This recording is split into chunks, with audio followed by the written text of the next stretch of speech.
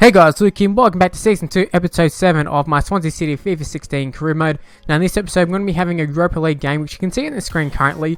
We're taking on Ghent, I believe that's pronunciation, C-K-A-A Ghent, and they're from Belgium. I believe they're one of the few sides I know from Belgium, apart from like Anderlecht as well, I think, a Belgium side. And in the Premier League, which is the second game, we're taking on Man U, and they're actually coming first, so that should be a pretty interesting game. And then a Capital One Cup game against Crawley. Now, fielding a rotated squad here, actually a full rotated squad.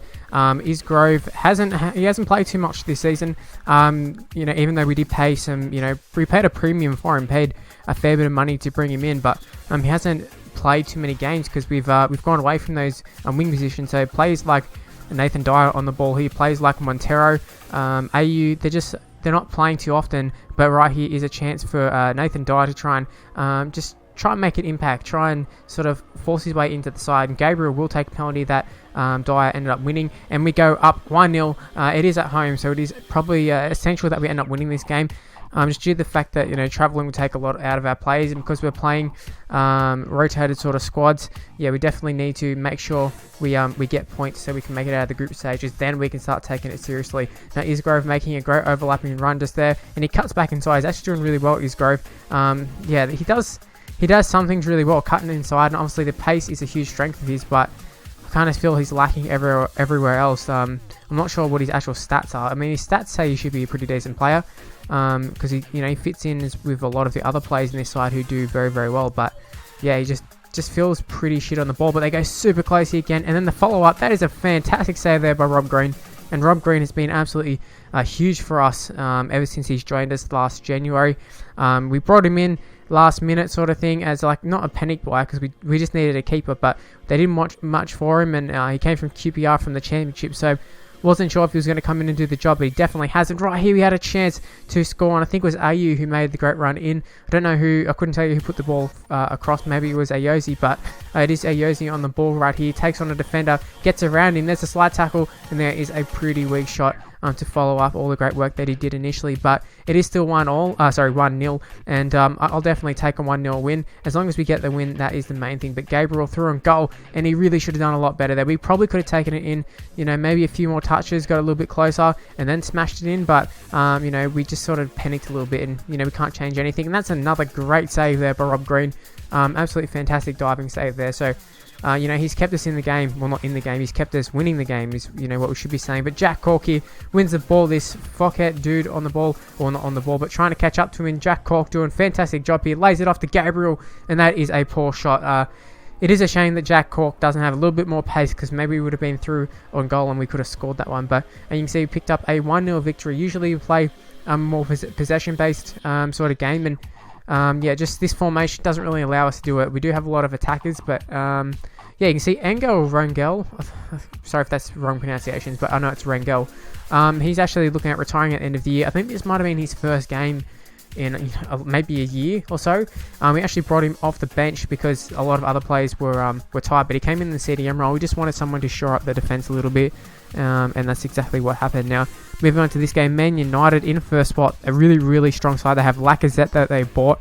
I have a feeling they bought Lacazette last season in January or something, but I've got to say, our strike partnership, Correa and Icardi, have been hitting it off wonderfully. Rafinha as well, chiming in with a lot of assists. Just that front three is absolutely deadly. So, Man United have to, watch out a lot. But, I've got to say, Juan Mata had a pretty strong start to the game. You see, they nearly went through there, but it was a last-ditch sort of tackle/pass. But Memphis Depay showing a lot of pace down the wing there, taking on Sigurdsson, and he actually is going to beat him. But he's just having fun out there, Depay, and got it to Shaw, gets it to Daley Blind, who, let me tell you, Daley Blind had a really strong game on this time. But it is a tough ask going to Old Trafford, but the ball does find Daley Blind there, and Blind absolutely smashes in the back of the net there. Rob Green can do nothing about it, and you might be thinking, why is Rob Green playing? It's because Valdez picked up a training injury and is going to be out for many, many weeks, I believe, something like 4 to 6 weeks, something like that.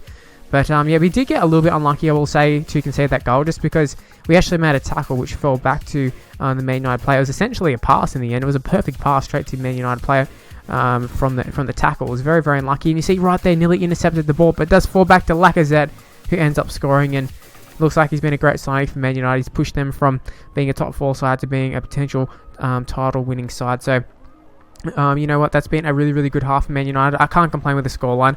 As you saw, we didn't even create a big chance of our own. I couldn't even tell you if we had a shot on target. I feel like we probably didn't even have a shot, let alone a shot on target. So, yeah, it was quite disappointing. But you can see we're starting to work our way back into the game now. Had that pass from Zuccolini just been, even just a little bit better, maybe we would have had a great chance of scoring a goal. But we're trying to repeat it right here. Correa tries to cut it back in. It goes to the wrong player. I was trying to go across the face of goal, but didn't really work out. Now, Man United just trying to counter-attack because we've gone not all out attack, but we've gone way more attacking right now. So we've got a lot of players pushing up, and it works really well for them. They've got a great side, pretty versatile side. They can counter-attack really, really well, but that is a pretty poor shot start off with. I think it was by I actually don't know who it was, by Schweinsteiger probably, but Rob Green probably should have caught it, but he didn't, so that was a little bit disappointing. But thankfully we didn't end up conceding a goal. But Icardi tried to attack on a few plays, but he does somehow get the ball back, and there's the overlapping run. Rafinha, can he score? What can he do? And it's a great save there by Romero. So not even De Gea playing in this game, but it seriously did feel like in the second half that I thought it was De Gea until I realised, it's actually Romero playing. And that's another great chance there. You see Isgro came on for Rafinha, just looking for the extra bit of pace. And I think Shelvey really should have scored that one. There's a few chances that we had, in particular the Rafinha and Shelvey chance that really could have equalised the game for us, but obviously it didn't happen, and Romero had a really good game, and a 2-0 loss it is to Man United, and that just shows that we're not quite ready for that title challenge as of yet. We're getting up there. We're definitely, maybe we can push for a top 4 spot, but in terms of winning the title, maybe we're a little bit off it. But there's no shame in that. There's no shame in that. We're a side that, of what I would think are overachieving at this stage, being in, I think it was about 5th spot. I don't think many people beforehand would say that we would be a 5th spot side, especially after last season where we finished like 8th to 10th. I don't know the exact position, but you know what? We haven't been too bad now. Moving into this Capital One Cup game, it is against Crawley Town, and I was expecting a victory. It is the same side that we fielded in the Europa League, so chances are, Ghent are a better side than Crawley Town. That's, no disrespect to Crawley Town, but I don't think even they would say the same thing. But we're travelling away this time, so there's a little bit of travelling involved, and maybe just their formation was a little bit different, and might work a bit better. But we are going to nearly take the lead. I was going to say we are going to take the lead because I thought, no way you can miss an open goal like that. I think it was Ayew, but I kind of feel like there was a little bit of a touch from the Crawley defender, but the initial shot by Gabriel was actually pretty good. In hindsight, I think we should have done something else. I can't remember if it was square it across or just take a shot across the face of goal. But you see Perez here, he has scored a header before, I believe, for us, but that time he couldn't get it, he couldn't head it down, which is a little bit disappointing. He should have done way better. But we do find this Bradley chap, he had a great chance that he should have finished that, and I don't know if this is right off the back of that same chance, but Rob Green got it out very, very quickly, and now we're counter-attacking, and Jack Cork is going to look for a pass here, and that's exactly what he's going to do. Gabriel hits it into the back of the net, and we are up 1-0, 42nd minute there, and that is Gabriel's second goal of the game. Now Gabriel also has been a little bit disappointing in the chances he's got.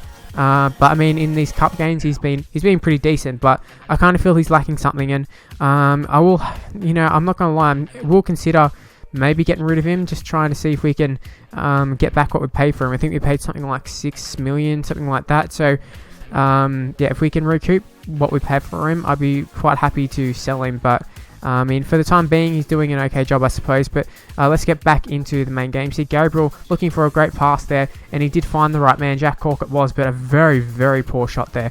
It was very, very frustrating because, you'll see the outcome of what ends up happening. But Crawley Town, they are starting to attack a little bit more, taking a few more shots. Mind you, they're not the greatest of shots. You'll see the stats at the end of the game. There was a hell of a lot of shots.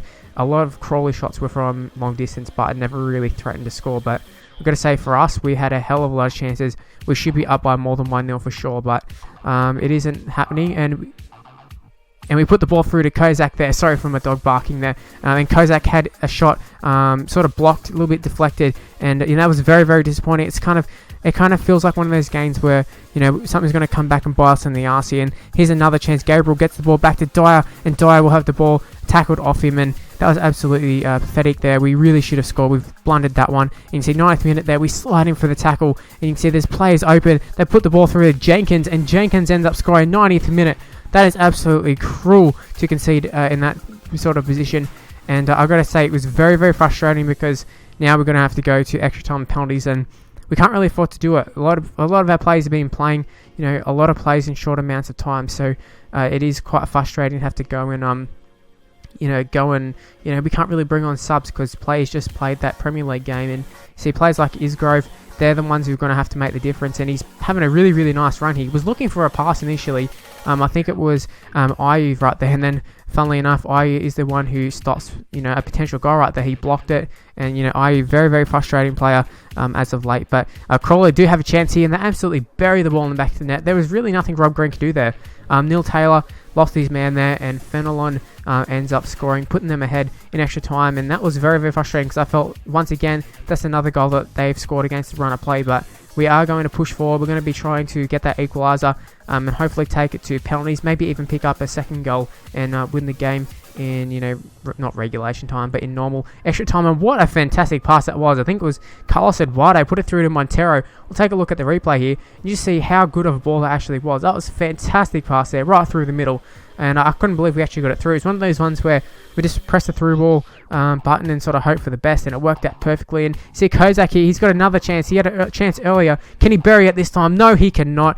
And he is absolutely shithouse, this Kozak guy. He is so crap.